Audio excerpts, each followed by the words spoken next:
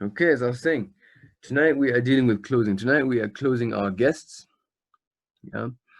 So what exactly really is closing? Okay. Um, when you're closing your guest, what you're basically doing is that you are guiding your prospect towards making a decision that is in their own best interest. Okay.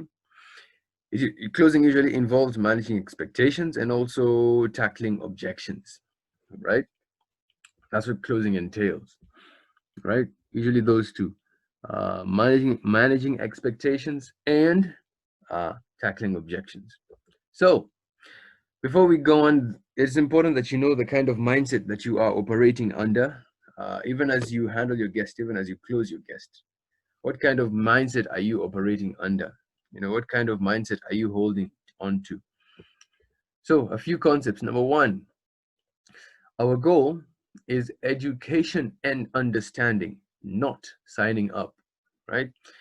The moment I discovered this, I got liberated because I thought that I should just make sure that I'm signing up all the time. But what I realized is that if you bring about education and understanding, as long as once this so-called aha moment comes upon your prospect, once they truly understand what the business offers them and what it offers this society, once they truly understand what they are about to become part of, they will bring themselves and they will sign themselves up to you. They will voluntarily give you their cash.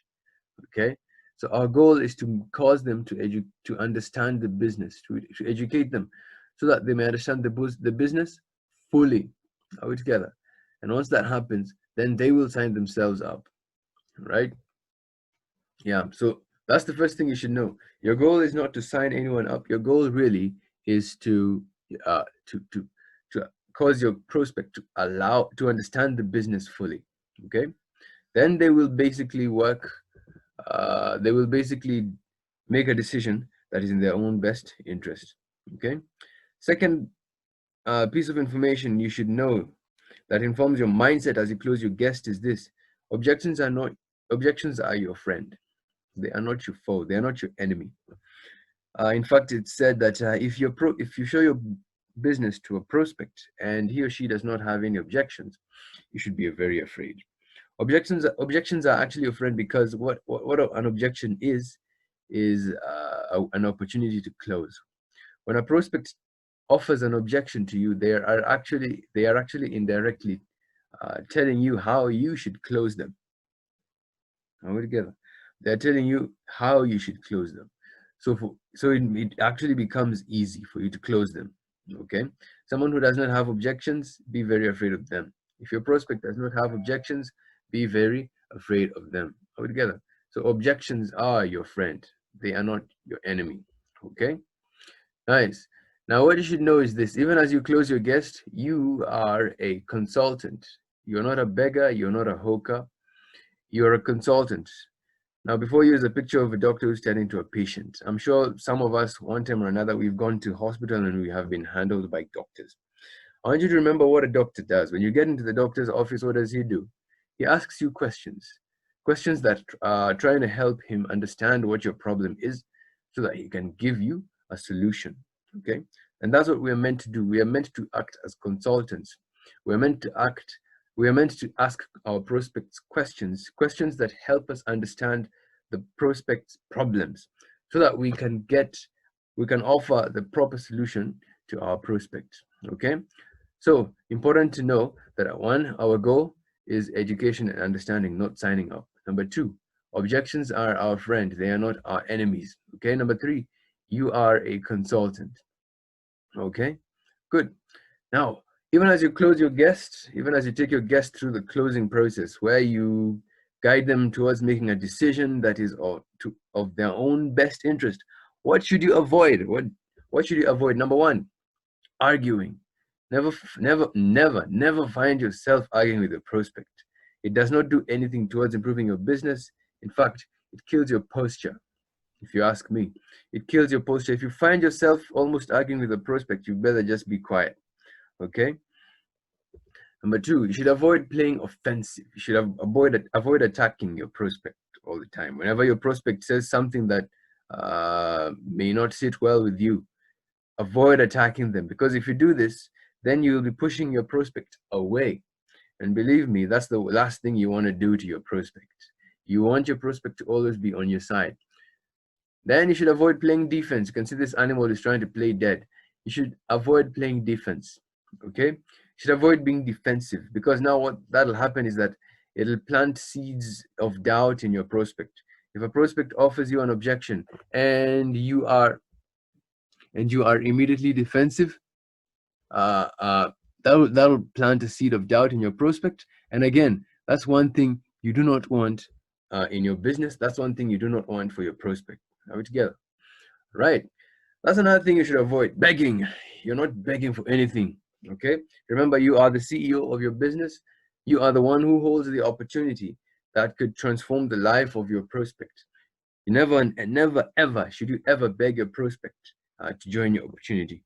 Okay. You should also avoid talking too much. Many networkers make this mistake, and even I made this mistake. You know, you presented your opportunity and you still feel the need to show your prospect how smart you are. So you start spewing out all these facts and all these stories in a very disorganized fashion. And you know what's happening? You are actually undoing the work you have done. Okay. The saying goes, you should not be interesting. Instead, you should be interested in your prospect.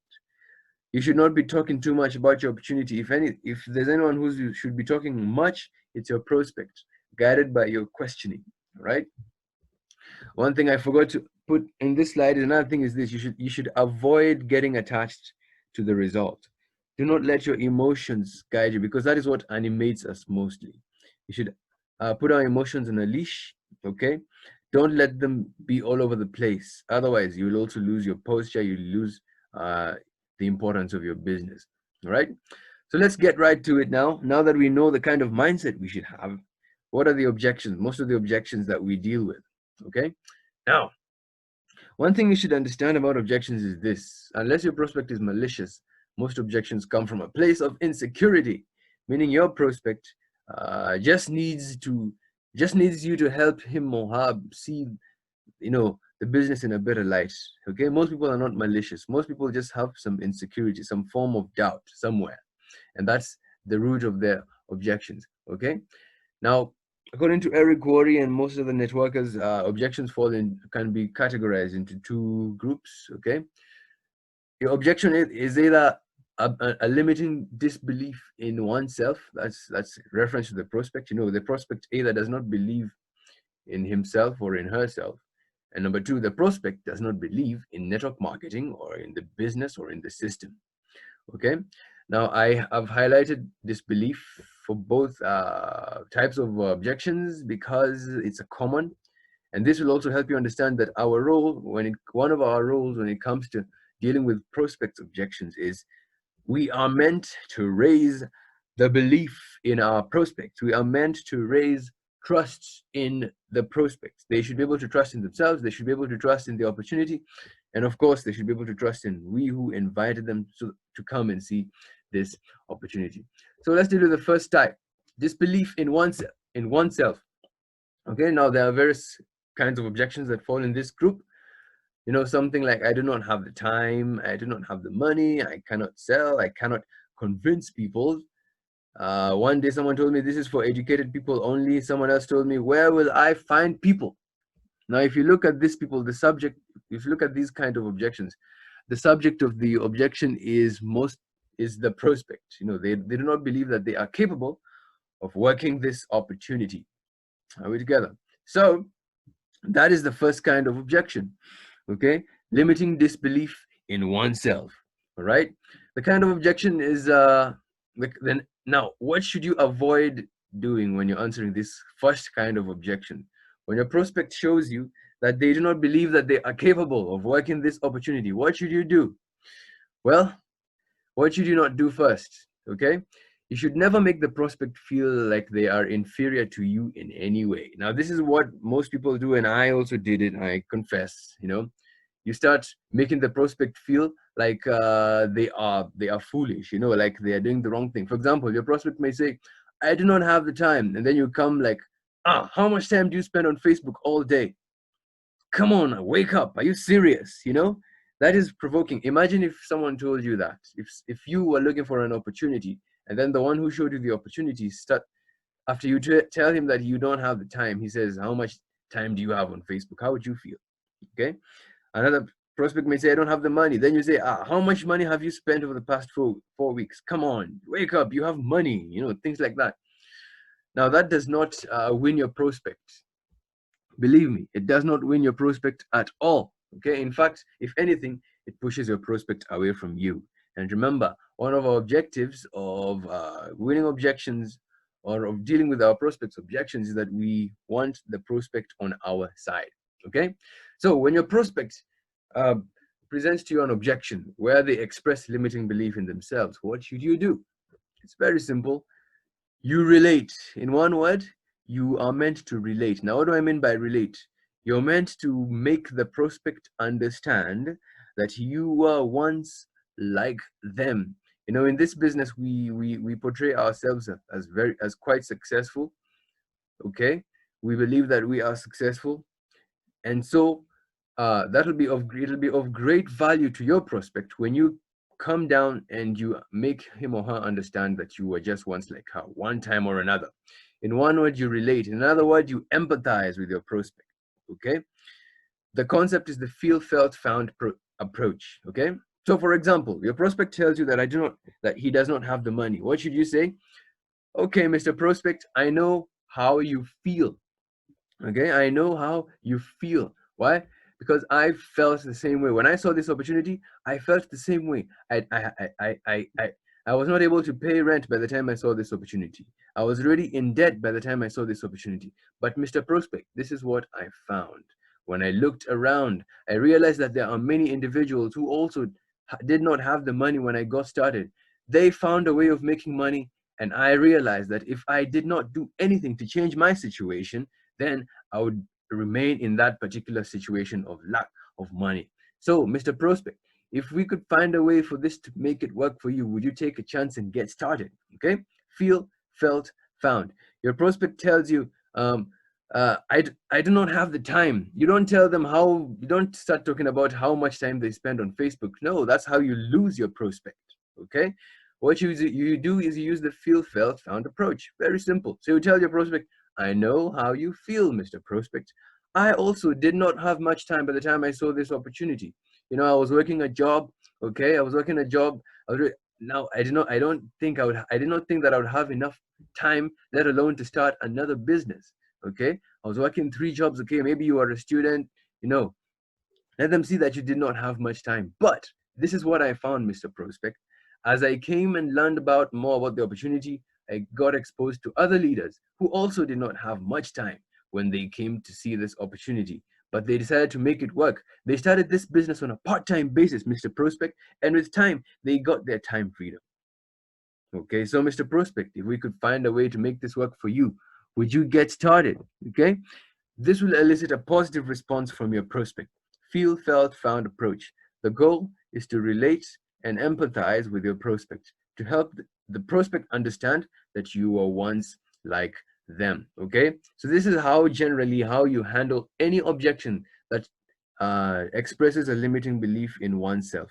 Feel, felt, found approach. I know how you feel. I felt the same way, but this is what I found. All right, so that's what you do. Okay. Second kind of objection: disbelief in the system, in the opportunity, in network marketing, in MLM. Okay.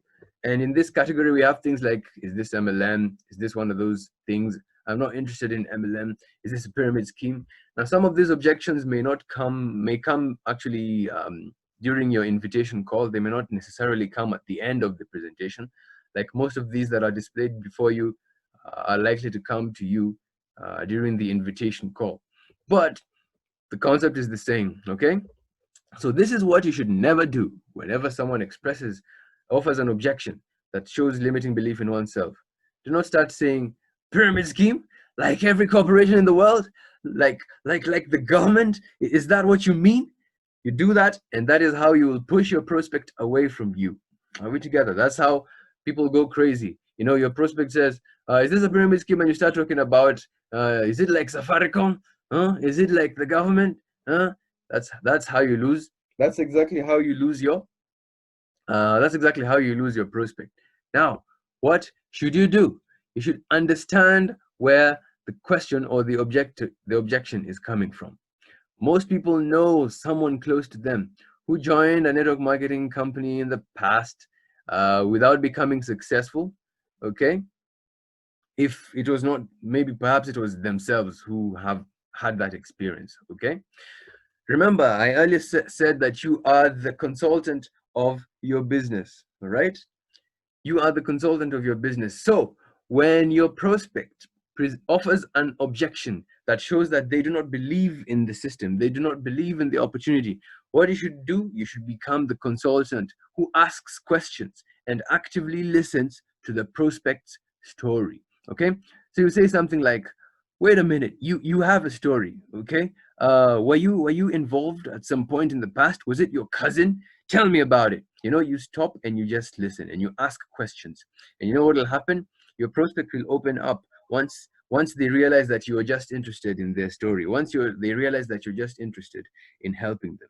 And you know what will happen? You just simply keep on asking questions that allow them to talk more. For example, maybe you're inviting someone and your that prospect asks you, is this MLM? Then you say, wait a minute, looks like you have a story. Would you mind telling me about it? Then he says, yeah, I joined some company a few years ago and I just bought some products and I lost my money. Then you can simply ask them, are you sure you really gave it all you got? Did you give it all your effort? They'll probably say, not really. I just did not get interested. Then you ask them, do you think the problem was with network marketing or maybe just your timing was off? Then your prospect will probably say, my timing was most likely off. So that's how it goes. Okay. So that's what you do basically. All right. You be the consultant who asks questions. And as you do that, you remain friendly, be empathetic. Okay. And of course, if you have the same kind of objection, then what you should do then is simple. Use the feel, felt, found approach. Or if you know someone who also has the same kind of objection as your prospect, tell them the story of that individual. Okay. When someone says, is this a pyramid scheme, what should you say? It's very simple. You just tell them, what? I don't do pyramid schemes. They are illegal. It's really just that simple. Okay. If your prospect tells you that they do not want to bother their friends, you simply ask them, if you really believed in a product, wouldn't you let your friends know about it? It really is that simple. Okay. There's not much to say. Okay. It really is that simple. How much are you making? Now, this is something that many people fear. Okay. This is a dreaded objection. How much are you making? Especially if you are brand new. Now, if you already have some cash, if you already made some cash, you already have evidence of making cash, fine. You can show them your bank statement. Okay. Now, what if you're brand new? If you're relatively new, you simply tell them you've just gotten started and you say it with pride. Okay. Do not say you've gotten started with timidity in your voice. Say it with pride, because the truth is you showed the courage of starting your own business, which your prospect has not yet done. So say that you've just gotten started with pride in your heart. Proudly say it, and then tell them that you're excited about the future that you are creating for yourself through this opportunity, since you know that things would not have changed for you if you had not done anything towards changing them. Okay. Then of course you can share the success stories of those that have succeeded and made money through this business, whether it's your upline, your crossline, whoever it is. Okay. So that's what you do, man. That's what you do. Now, this is a saying that I got from a book I'm reading. The book is called How to Win Friends and Influence People by Mr. Dale Carnegie. And this is the principle upon which answering objections, in my opinion, falls. The truth is, you can never teach a man anything. You can never teach a man anything. However, what you can do is you can help them, you can guide them or help them find it within themselves. Okay? So if a prospect, for example, expresses an objection where they do not believe in themselves, you do not teach them that they have belief. What you help them do is help them find the belief within themselves. If someone says they do not have time, okay, you don't start telling them how much time they have because they spend too much time on Facebook. No, you guide them as a consultant. You guide them towards finding towards finding the fact that they are able to make it work. using your story, the story of others, and also asking questions. Okay, so you can never teach a man anything. The truth is, you can help them find it within themselves. And once they find it within themselves, then they will own it and they will run with it. Okay, now the final part, even as I conclude this training, is managing expectations. Okay, after you've closed, your part of closing your guest includes managing expectations. This is very important. If you don't do this, then your prospect will very likely start the business with exaggerated expectations, and that is the beginning of disappointment. Yeah, because as we know, our business is a business of phases. Any business really has phases, and the initial phase is really a phase of lack. Are we together? So 3 questions that you should be asking your prospect, even as you help them manage their expectations. You first of all ask them how much money they would want to make from this business on a monthly basis in order to make it worth their time or their while. Okay. Now, after they've given you the amount of money, say maybe 100,000 shillings a month, you can ask them how many hours a week they would want to dedicate to the business in order to achieve this income goal of 100,000 shillings a month, for example. Let's assume they tell you that they want to work for 6 hours a day, which is about 24 hours, which is about what? 42 hours a week. Then you proceed and ask them the third question. How many months do you estimate it's going to take you to reach that income level of 100,000 shillings if you decide to work for 6 hours a day?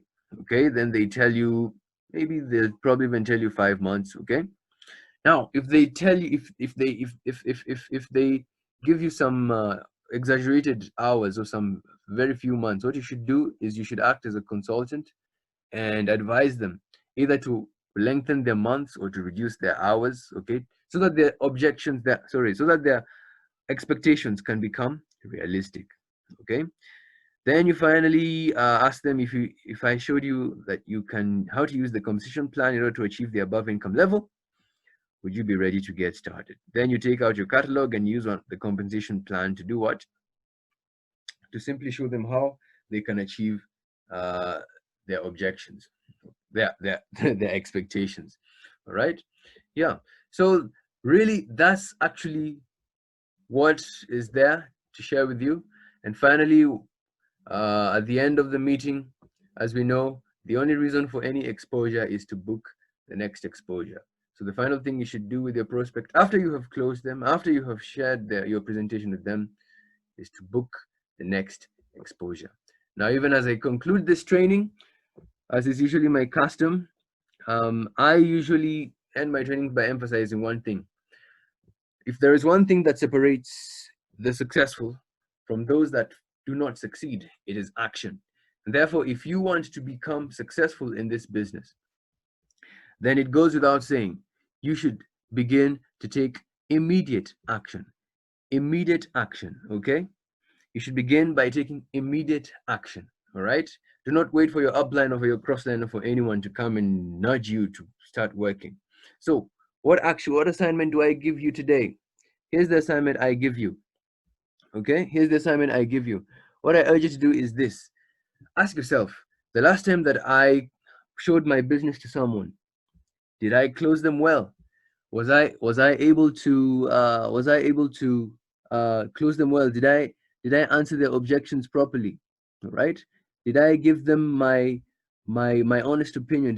Was I able to answer their questions well? Was I able to follow the procedure and manage their expectations? Did I answer their objections well? Okay? If you did not, then you have the knowledge. You can begin correcting yourself so that now you can continue doing what you need to do in order to become better, even in your even as you continue with your business. So, business. Good. Now, good. Now that I've come to the end of my training, I will allow our grand upline to say 1 or 2 or 3 words, 1, 2, 3 words from our Gold Executive Millionaire Circle member, Mr. Prince Daniel. So, Mr. Prince Daniel, if you are there, ready and available, you may begin speaking in 3, 2, 1. Go.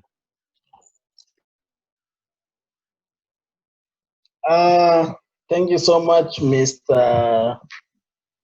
Daktari. That was a very awesome training. We appreciate especially in these late hours. Some of us maybe wanted to sleep, but so mine is very short and straightforward. Is to encourage each and every person, especially in this time of COVID-19, to embrace this online training. Actually, we as Passion Team, we shall be having Zoom meeting every Saturday, but maybe we will work on our time. Maybe we say we can start at exactly 8, because I've seen most of us were not online at this particular moment. You know, some families, maybe they are already asleep. So mine is to tell each and every person to know that this is your business. It's not your upline business, actually. It's not your downline business.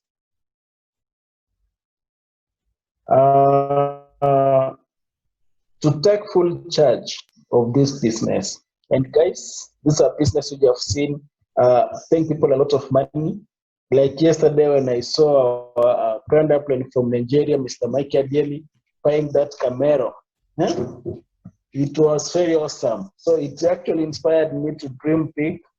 And I know for sure, because we are actually on the same business, we shall be there very soon. So guys, let us work. Let us do a lot of follow-up. If someone tells you the doctor has said that he's going to train next week, don't just keep quiet until that particular time. You need to start following up immediately. And follow-up doesn't mean that you need to be asking him more about how to train. But you can actually condense your time of follow-up. Like you can even wake up and tell him, Mora, hi, good morning, how's your family? How are you faring? Just like that. Remember, our business is all about relationship. It's not really about people to train us and make money.